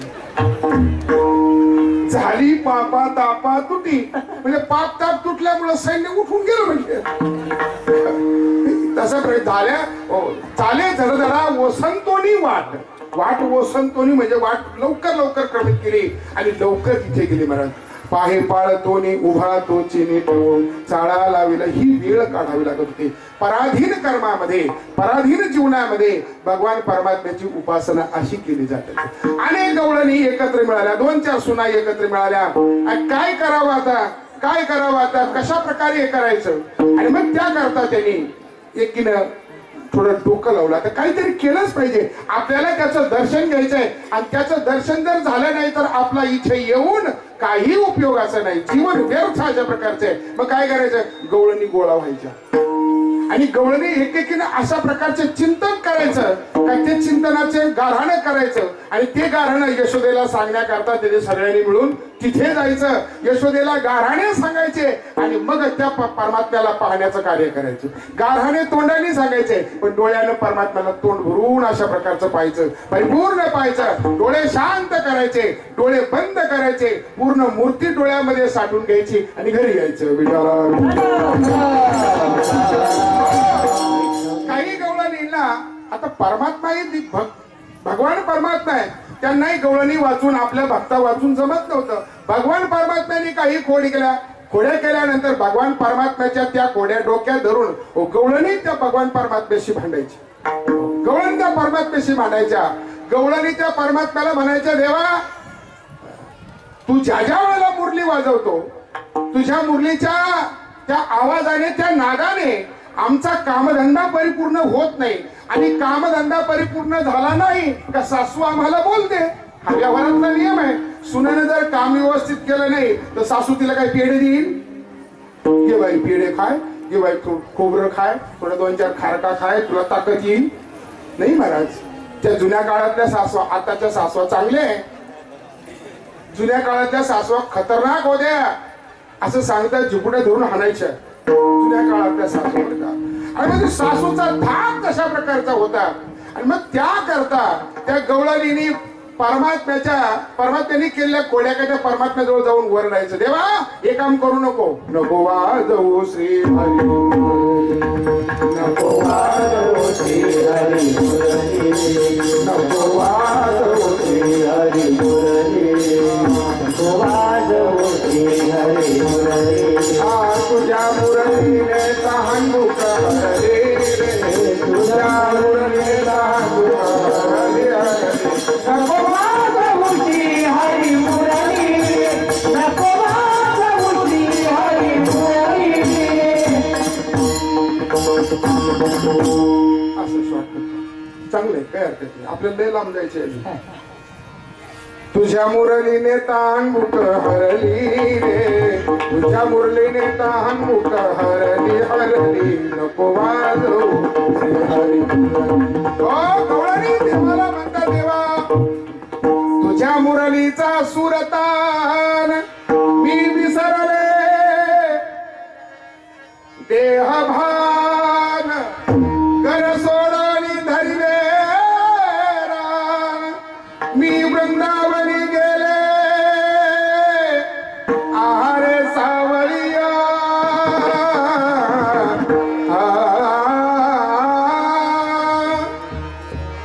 देवा नको बाबा मुरली वाजवू नको कारण तुझ्या मुरलीच्या नादाने गंमत अशी होती एक अशा प्रकारची सांगू लागली का मुरलीमुळे काय झालं आमच्या हातात जे सासूने काम सांगितलं ते आम्ही विसरतो त्यामुळे सासू आम्हाला बोलते दिले ठेवू ते विसरसी हाती नेनो काय कोण बैसाला असेल चित्ती व तात्पर्य असं आहे बाबा मुरली वाजू नको मुरली तुझ्या मुरलीमुळे आमचं देहभान विवर्जित होतं घर सोडवणी धरले रान मी वृंदावनी गेले आहारे सावळिया कैशी वाजवली मुरली वाजवू नको तुझी मुरली चांगली नाहीये आणि म्हणून गवळणी परमात्म्याशी भांडतात परमात्म्याला सांगतात देवा आमचा संसार केला दानादीन संसार आमचा दानादीन झाला संसार आमचा संपला सगळा आम्हाला संसार करू दे आम्हाला लेकर बाळे घरदार आहे पोरं बाळे तू जा तिकडे तू मुरली वाजवू नको विठ्ठल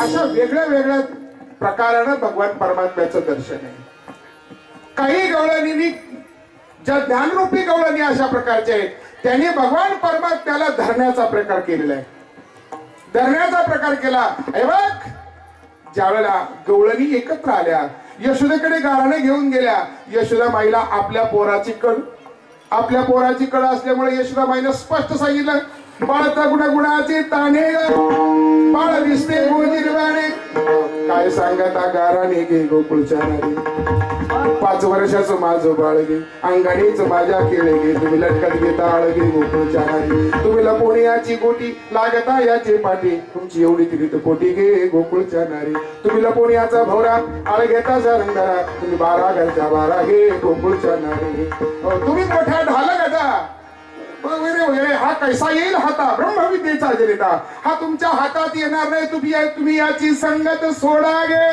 गोकुळच्या नारी सोडून द्या ह्याच्या नादी नका लागू आणि मग मात्र ज्यावेळेला आईनं मुलाची कड ओढली आईनं मुलाची बाजू घेतली त्यावेळेला काही ज्ञानपर गवळण होते असं का तुझं वर्ग एवढं आहे काय आता मग कोड्या तर तुझंच पोरग करताय प्रत्यक्ष धरलं तरी सांग मग तर कळेल का नाही मग ती म्हणली हा धरून आणा ज्यावेळेला तुम्ही धरून आणाल त्यावेळेला मी तुमचं म्हणणं मानेल मग ज्ञानरूपी गवळणींनी भगवंताला धरण्याचा प्रयत्न केला त्या ज्ञानरूपी 4-5 गवळणी गोळा झाल्या याला धरून न्यायचंय आता भगवंत कोणाच्या हाताला लागणार आहे का म्हणाल भगवंताने उलट त्यांच्याच खोड्या केल्या आणि मग त्या खोड्या त्या सांगायला लागल्या दुसरी आली धावत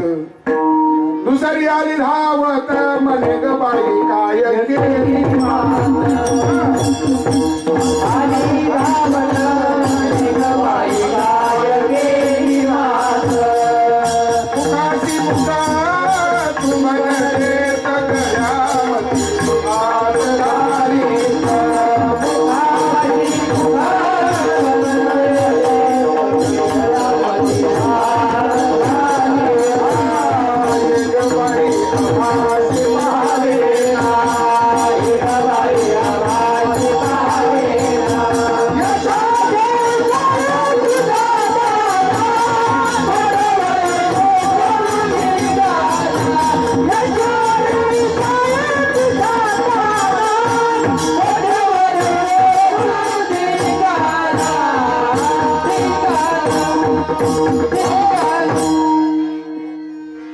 तिसरी आली धावत म्हणे ग बाई काय तिसरी आली धावणी म्हणे ग बाई काय केली पतीची दाढी माझी लेणी थोडीची गाठ जेवणी गाठ बाई कोणाशी सुटेना यशोदे बाळ तुझा काना कोटवरी सोसू निघाला शेवटी सगळ्याच गवळणी अवघ्या मिळवणी गवळणी येती बाई नंदाच्या अंगणी जातो आम्ही वांगी सोडवणी गोकुळ सोडवणी आमुच्या सुना घेवणी एक बाई आम्हासी पाहवेना यशोदे बाळ तुझा ताना कोठवरी सोसू धिंगाणा प्रकारे गवळणीचे गाऱ्हाणे आले आणि गाऱ्हाणे आल्यानंतर मग एक डिपार्टमेंट 12:15 वाजता 10च मिनिटं राहिली, फक्त 10च मिनिटं संपणार.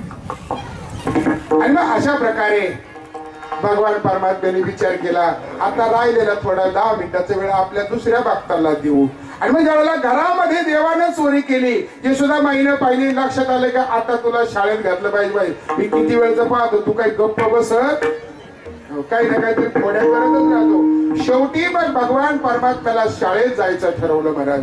आणि शाळेत जायचं ठरवल्यानंतर मग त्याचा पोशाख बदलला, मग त्याचा डब्बा, मग त्याची पाण्याची बाटली, मग त्याची बॅग, मग त्याची पुस्तक,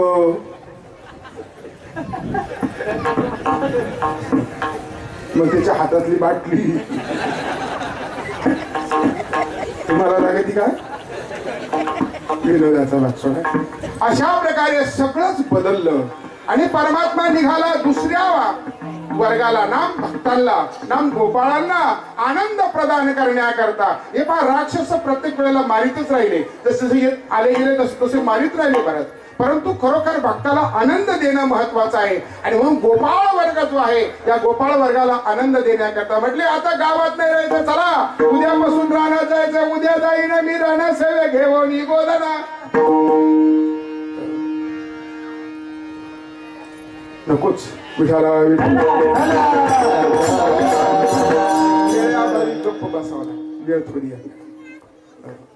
गाई गोपाळ यमुनेच्या तटी येती पाणी मिळवणी जगजेची, चेंडू चौगुणा खेळती वाळवंटी. निघाला परमात्मा. गाई गोपाळ सवंगडी बना, गाई गोपाळ. तुम्हाला चित्त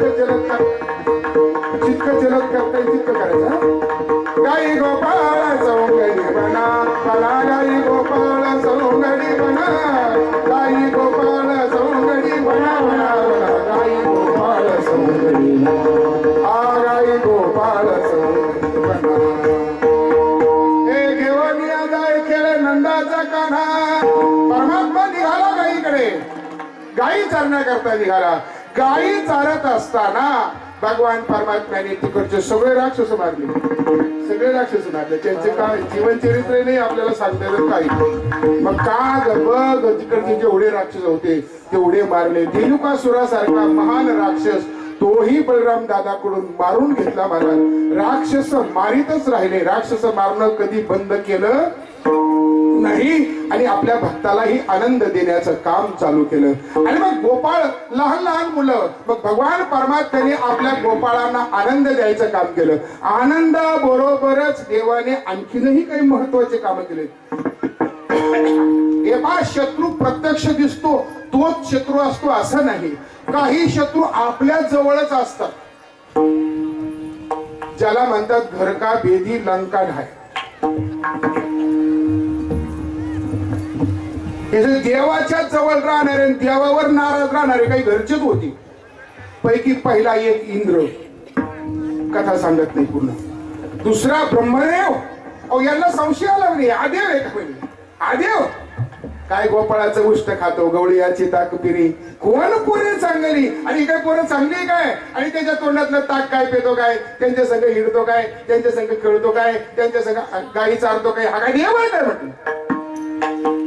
कौतुक पहावया माव ब्रह्माने केली. कौतुक पाहण्याकरता, देव आहे का नाही याची प्रचिती घेण्याकरता काय केलं ब्रह्मदेवानी गाई वासरं चोरून नेले. गाई वासरं चोरून नेल्यानंतर गंमत अशी झाली, भगवान परमात्म्याच्या लक्षात आलं. अगोदर वासरं नेले, गाई नेल्या. गोपाळ त्यावेळेला जेवण करीत होते दुपारच्या वेळेला. वासरं झाडाखाली अशा प्रकारची होती, ते नेले चोरून ब्रह्मदेवाने. एकाने सांगितलं, कृष्ण अरे आपले वासरं गाई काहीच दिसत नाही, थांबा म्हटले मी पाहून येतो, तुम्ही जेवा. कृष्ण एकटा तिकडे पाहण्याकरता गेला. तिकडे गोपाळ जेवण करीत होते, तिकडे गायी गेल्या. हे कृष्णाने पाहिल्याबरोबर बघा त्या ब्रह्मदेवाने परत पोरही नेले, सगळे गोपाळही नेले. गायी नेल्या आणि गोपाळही नेले महाराज. गायी गोपाळ घेऊन गेला. भगवान म्हटले, अरे अरे म्हाताऱ्या, म्हातारच होते, पांढरी दाढी. ब्रह्मदेव कधी काळ्या दाढीत कधी दाखवलं नाही, कोणत्याच टीव्ही मध्ये नाही पाहिलं नाही. तुम्ही पाहिला का एखाद्या टीव्ही मध्ये काळ्या दाढीचा ब्रह्मदेव नाही दिसला बाबा अजून. ती दाढी पा म्हातारा झालं म्हणजे आता हे याला काही अक्कल आहे का? अरे देवाचं हे पाहतोय, देवाची काय ताकद हे पाहतोय. जा घेऊन जा. भगवान परमात्म्याचं काम असं होतं का कार्य वरचं दिसताना सामान्य दिसायचं महाराज, पण त्याच्या सारगर्भित अर्थामध्ये एक महत्वाची आणि आपल्या भक्ताच्या आनंदाची गोष्ट लपलेली असायची. म्हणून 1 मिनिटाचा इतिहास सांगतो आपल्याला. ज्यावेळी या गवळणी सगळ्या यशोदामाईकडे यायच्या, काही ग्रहण करण्याच्या निमित्ताने, कोणत्या निमित्ताने, परमात्म्याला पाहण्याच्या निमित्ताने यायच्या. 10-5 गवळणी यायच्या आणि यायच्या त्यावेळेला ते पाहत असताना कधी कधी यशोदामाई आपल्या भगवान परमात्म्याला म्हणजे कृष्णाला दूध पाजताना दिसत होत. स्तनाला लावून दूध पाजताना दिसत असताना त्या गवळणीने ज्यावेळेला हे दृश्य पाहिलं की एक आई आपल्या मुलाला पाजते, हा जो मातृत्वाचा वात्सल्य भावाचा प्रसंग हा त्यांनी डोळ्यांनी पाहिला आणि मनामध्ये थाप टाकून विचार आले. काय विचार आले? अगं किती महान भाग्यवान ही यशोदा आहे. काय पुण्य केलं असेल तिने, काय पुण्य केलं असेल? अरे जगाचा मालक, जगाचा मायबाप, जगाला निर्माण करणारा, जगाला सगळं पुरवणारा हा परमात्मा, आणि लहान मुलगा होऊन तिचं दूध पितोय, तिला आई म्हणतोय, तिचं दूध पितोय. तिने काय पुण्य केलं असेल? महाराज काय पुण्य केलं असेल? आमचं भाग्य पुढे असेल. वात्सल्य भाव जागृत झाला महाराज आमच्या मातांचा, गवळणींचा. भगवंतानी दूध पेता पेता सांगितलं का तोही मी तुमचा एके दिवशी पूर्ण करेल. म्हणून नियम सांगू का? परमार्थातला नियम असा आहे, आपण मनातून अगदी ध्यानातून अगदी शांत चित्तानं अंतःकरणातून भगवंताला हाक मारली का मोठ्यानं ओरडण्यापेक्षा ही हाक लवकर जाते, असं माझं वैयक्तिक मत आहे. मोठ्यानं देवा असं म्हणण्यापेक्षा प्रामाणिकपणाने अंतःकरणातून, शुद्ध अंतःकरणाने, पवित्र अंतःकरणाने जर देवाला हाक मारली ना, काही न बोलता, तो भगवंताला ती लवकर आहे तुझ्या. गवळणीची जी हाक आहे ही हाक भगवान परमात्म्याने ऐकली आणि मग ही वेळ साधली. वासर ब्रह्मदेवांनी नेले, गाई ब्रह्मदेवांनी नेल्या आणि गोपाळही ब्रह्मदेवांनी नेले. त्यावेळेला भगवान परमात्म्याने काय झालं? धरी येणी सोंगे येणे अवधी पांडुरंगी. पांडुरंग भगवान परमात्म्याने ही सगळी सोंग धरली. जसं वासरू, गवळ वासरू तर गवळ वासरू, वंडी गाय तर वंडी गाय, शेमड पोरग तर शेमड, जसे बसले नाही एक टाकलू. शाहरुख खान म्हणजे आनंद वाटेल, एक सलमान खान, एक शाहरुख खान, सगळे खानच. तात्पर्य असं आहे का अशा प्रकारे गोपाळ जे नेलेत पोरं सगळे भगवान परमात्म्याने त्यांची सोंग घेतली. ऐका नीट, त्यांचे रूप घेतले. जी वासरं नेले त्या गायीने कधी मनामध्ये अपेक्षा केली होती, अरे आम्ही पशु आहोत, आमचं कुठे जीवन एवढं धन्य आहे, भगवान आमच्या स्तनाला लागून दूध पिईल एवढं भाग्य आमचं नाही, आम्ही पशु आहोत, मानवी जीवन आमच्याकडे नाहीये, आमचं दुर्भाग्य आहे, आमच्या भाग्यात नाही.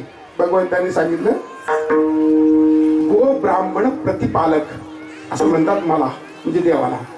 आणि मी गायीचं रक्षण करून नुसतं रक्षण करायचं का? गायीला आनंद मी देणार नाही, तुमची ही इच्छा पूर्ण करीन. जी वासरं नेले होते ती वासरं भगवान परमात्मा सगळे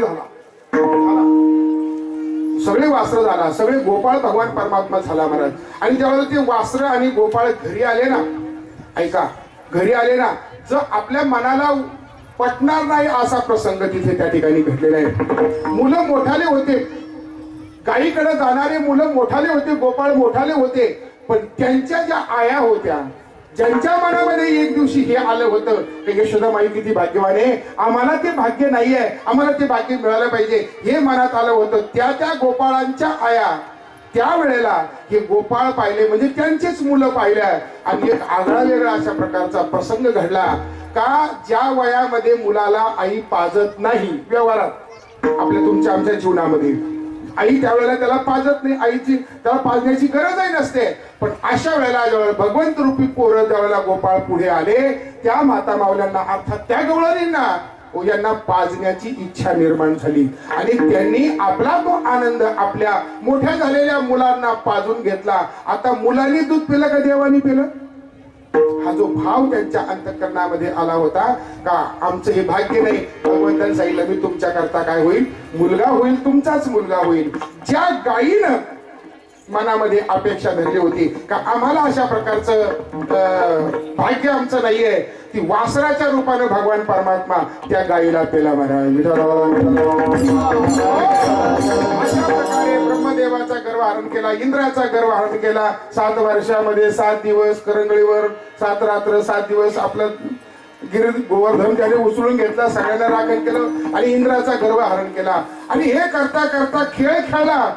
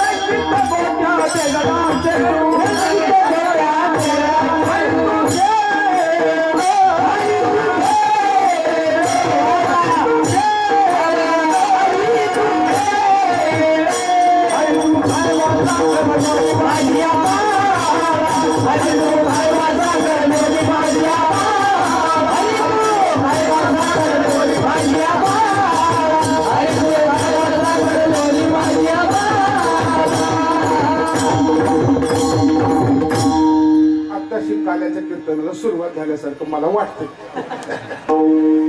हाच आनंद काल्याच्या कीर्तनात गवळणीचाच आनंद. आता एक मी म्हणू का? होतो तो तो होतो होतो तो तो हा होतो तो तो होतो तो तो होतो तो तो होतो तो तो होतो तो तो केळ कानोबा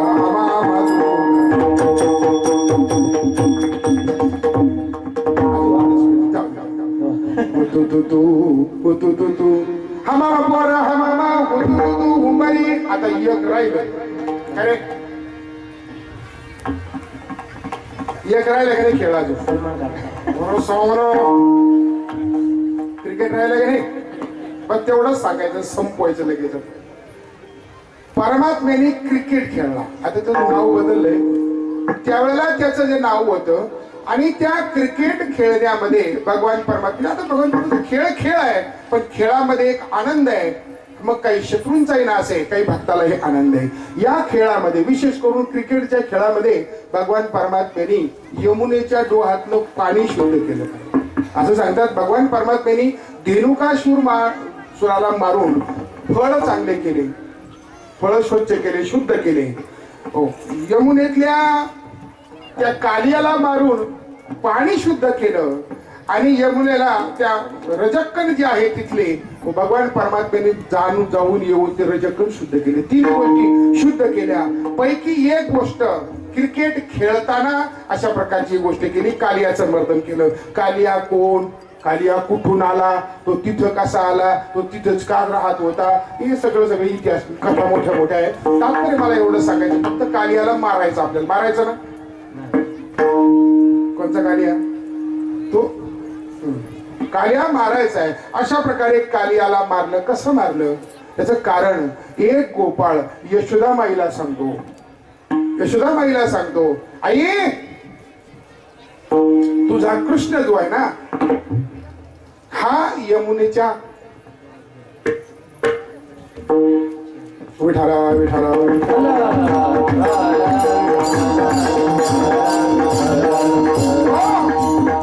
यशोदे ग यशोदे ग तुझा काळा यमुनेच्या डोही बुडाला.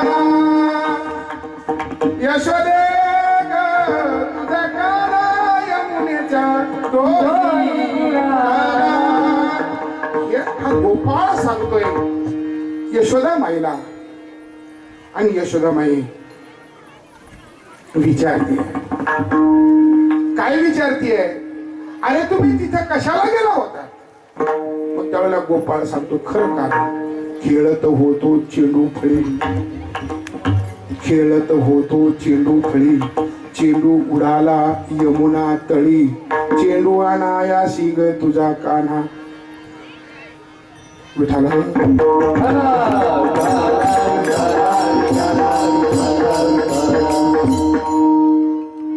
अशा प्रकारे अनेक खेळ भगवंताने खेळले. खेळता खेळता हा मामा घालिता थकली पोरे. आणि मग सांगितलं हे जे सगळं वर्णन आहे. महाराज म्हणतात, हो काय केलंय भगवान परमात्म्याने हे दुसऱ्या अवस्थेतलं चरित्र केलंय. ये दशे चरित्र केले नारायण, एक रांगता गोधनी आणि एक राखता गोधनी. गाई चालताना आणि रांगताना अशा प्रकारचं चरित्र केलंय. हे चरित्र जे आहे हे चरित्र पाठीमागे ठेवून पुढे आता अशा प्रकारचं कार्य करायचं. हे सोंग सारिले या रूपे आनंदी पुढे बहुत करणे आहे. काय करायचंय, काल्याच कीर्तन झाल्यानंतर प्रसाद द्यायचा आहे. आमच्या महाराज मंडळी सगळ्यांचा सत्कार करायचा आहे. महाराज मंडळ वाट लावायचंय, गावालाही प्रसाद द्यायचा आहे. आणखीन काही जे काही शोभनिषेध वगैरे पुष्कळ काही काय माहित. अशा प्रकारचे हे सगळं काम करत करत पुन्हा धर्माची संस्थापना आम्हाला करायची आहे. याकरता महाराज म्हणतात, आहे तुका म्हणे धर्म संस्थापने केला नारायणी अवतार. एकदा मोठ्या प्रेमानं भजन करायचे. अगदी 2 मिनिटांमध्ये आपल्याला सेवा समाप्त करायची.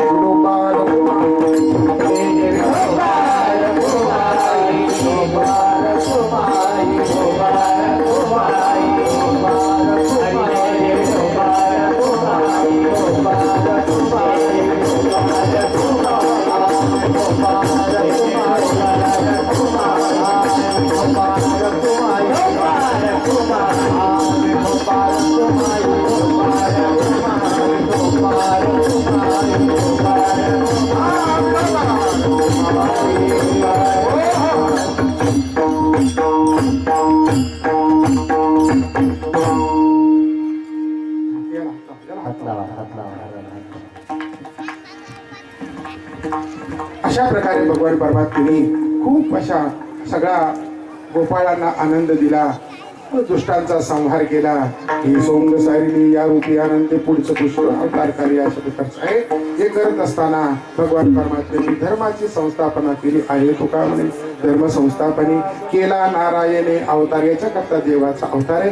म्हणून देव अवताराला आलेला तुमचं आमचं सुख होत असतं, दुष्टांचं निर्दळ होत असतं आणि धर्माची संस्थापना होत असते. ज्यामुळे तुम्ही आम्ही सुखी आणि आनंदी राहून आपला परमार्थ चालतो. म्हणून भगवान परमात्म्याने अशा करता सगळ्या गायी गोळा केल्या. गोपाळानं सांगितलं, चला शिदोऱ्या आणा आणि आता आपण काला करूया. झाली आता वेळ म्हणती आणा शिदोऱ्या, काम सारोणी सगळं आले अवघे गोपाळ. झाली आता वेळ म्हणती आणा शिदोऱ्या. भगवान परमात्म्याने सगळ्यांच्या शिदोऱ्या गोळा केल्या. गोळा करून त्या शिदोऱ्याचा काला केला. शिदोऱ्या काय कशा गोळा केल्या, त्या एकत्र मिसळतात का, मिसळू शकतात का वगैरे वगैरे सगळा भाग त्याला काही पाहायचा नाही आता. आणि मग भगवान परमात्म्याने आपल्या हातावर काला घेतला आणि सगळ्या गोपाळांना वाटलेला आहे. भानुदास गीते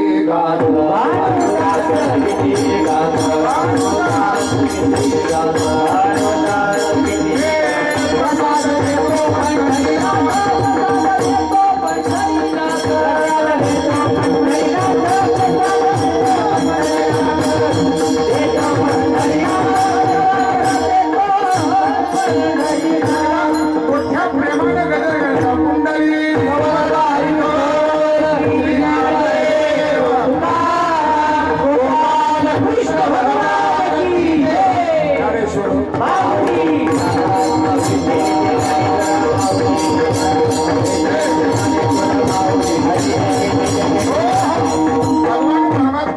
करायचं आहे. अगदी 1 मिनिट, 2ही नाही, 1 मिनिट, अर्धाच मिनिट.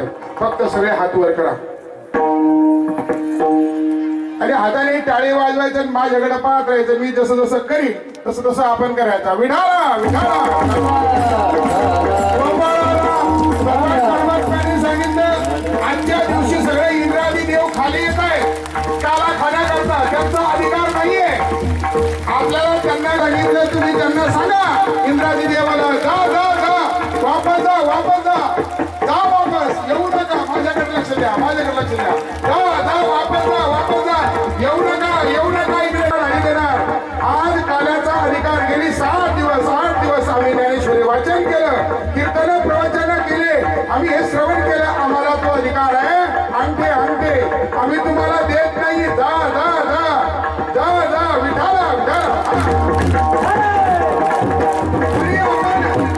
या कार्याचा अधिकार आमच्या वारकरी मंडळींनी, आमच्या संत मंडळींनी कुलूप लावले. त्याला कुलूप, हे कुलूप अशा प्रकारचं हे संतांशिवाय, गुरुवर्य बाबांशिवाय, सद्गुरू किसनगिरी बाबाशिवाय, सद्गुरू गंगागिरी महाराजाशिवाय, गुरुवर्य नारायणगिरी महाराजाशिवाय हे उघडत नाहीये.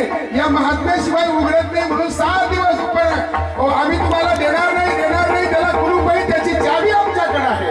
जा जा जा वापस जा वापस जा. तुम्ही इंद्रादी देव भोगी आहात. तुमचं ऐश्वर्य आहे. जा वापस. टाळी टाळी. हा